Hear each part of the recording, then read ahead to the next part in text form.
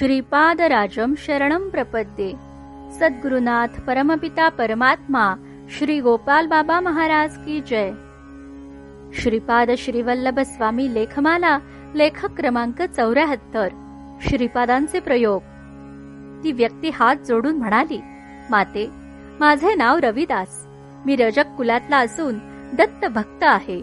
श्री दत्त गुरु या भूलोकाला पावन करण्यासाठी श्रीपाद श्रीवल्लभ रूपाने कुरवपुरात विराजमान आहेत।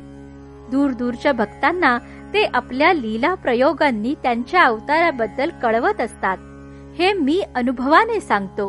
श्रीपाद श्रीवल्लभ संपूर्ण चरितामृत अध्याय 17। श्रीपाद श्रीवल्लभ संपूर्ण चरितामृत अध्याय 4 व 28 मधील काही वाक्यांवर श्रीपाद श्रीवल्लभांनी गेल्या 2 दिवसात जे भाष्य करून घेतलं त्याचं कन्फर्मेशन म्हणजे वरील उद्गार आहेत। सांगतोय तो एक 14व्या शतकातील रजक दत्त भक्त। त्या काळी 12 बलुतेदार पद्धत म्हणजे कामनिहाय समाज रचना असताना 675 वर्षांपूर्वीच्या काळात हे जे तो बोलला त्यावरून तो धोबी, त्याची धारणा सामान्य नव्हती। आज 21व्या शतकातील माणूस देखील इतकं छाती ठोकून बोलणार नाही की दत्त गुरु या भूलोकाला म्हणजे केवळ कुरवपूर, पिठापूर, गाणगापूर नाही तर पृथ्वीला पावन करण्यासाठी कुरवपुरात विराजमान आहेत।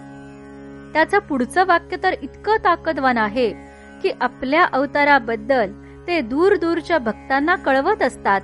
कुणाला कळवतात तर भक्तांना कळवतात। आणि कसं कळवतात तर लीला प्रयोगांनी। श्रीपाद लीला करतात हे आपल्याला माहित आहे, पण इथं शब्द वापरला आहे प्रयोगांनी।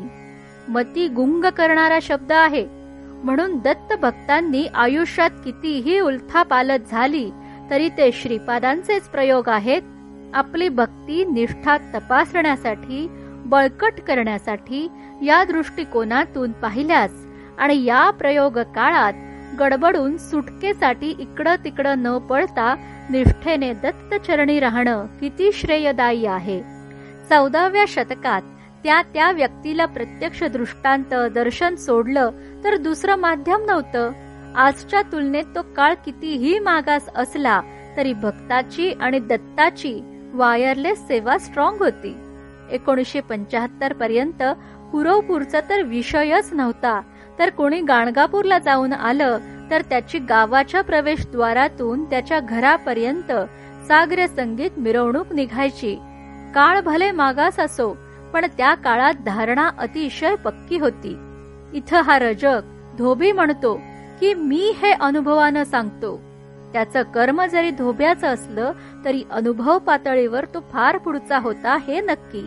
मग आजच्या प्रगत काळात शास्त्र सुविधेने आपण अतिप्रगत असताना अनुभवात कमी का आहोत, हा नक्कीच मननाचा विषय आहे। हिराचंद गोपालचंद कोठारे।